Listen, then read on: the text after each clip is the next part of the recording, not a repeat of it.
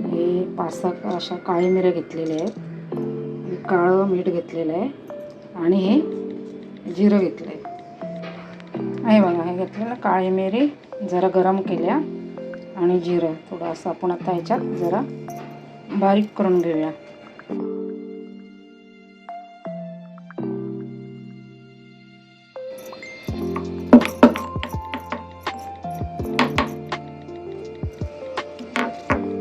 ह्याची आता अशी पावडर झाली. मला आता आपण सोलून घेऊया कैरीला.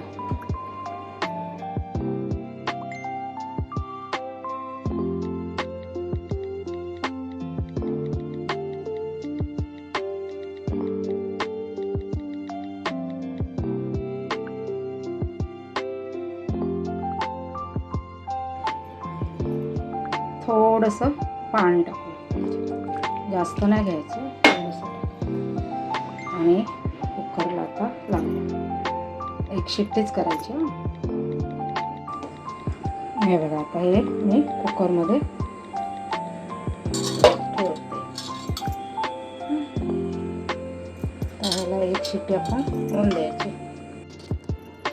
हे बघा आता मी कुकरमधून काढलेलं आहे. छान आपली कैरी आहे बघा, मस्त अशी छान शिजलेली आहे बघा, एका शिट्टीमध्ये छान शिजले. हे बघा आता आपण जरा थंड करूया. थंड झालं की मिक्सरला आपण लावून घेऊया.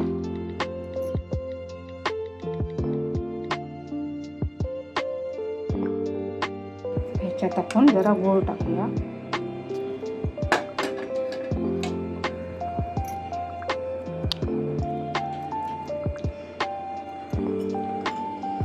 आपण हे मसाला केलेला नाही ह्याचा, जिरं, काळी मिरी, मीठ, काळं मीठ हे आपण असं ह्याच्यामध्ये टाकूया. कारण की मी वाटलं होतं बारीक असं, पण काय झालं दाताखाली येऊ नये ना, म्हणून ह्याच्यामध्ये परत एकदा फिरवून घ्यायचं मिक्सरला. छान वास येतो, मस्त वास आला येतो. कुठलं आहे ना जिऱ्याचं एकदम सुगंधित वास येतोय, छान सुंदर असं भाजलेलं पण आहे ना. हे बघा मिक्सरमध्ये लावून झालेलं आहे बघा, छान असं मस्त.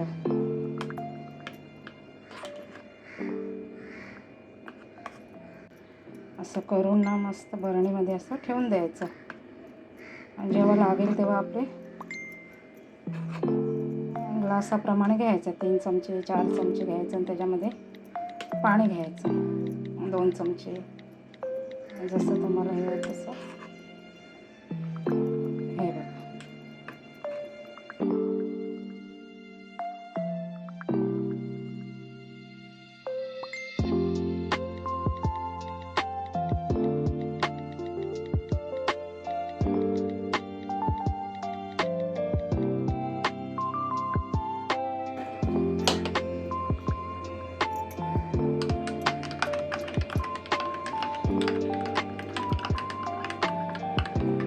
असं छान हलवायचं मस्त, असं एकजीव करायचं पूर्ण.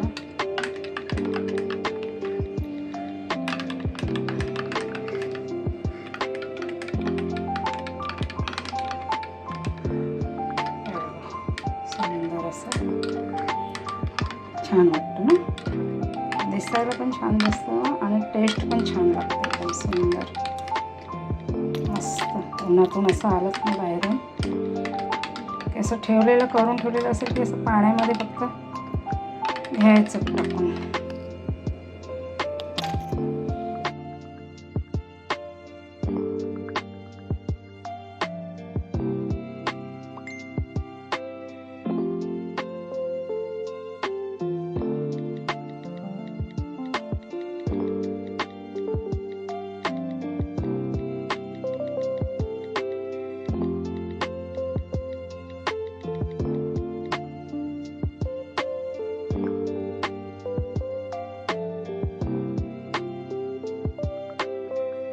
नमस्कार मंडळी, शैला पकवान चॅनल मध्ये तुमचे स्वागत आहे.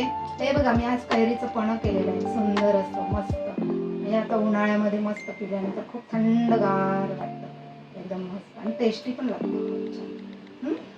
आणि हे आपलं उरलं होतं ना पण ते फ्रीजमध्ये तुम्ही हे करून ठेवा, बाटलीमध्ये भरायचं आणि ठेवून द्यायचं बाटलीमध्ये.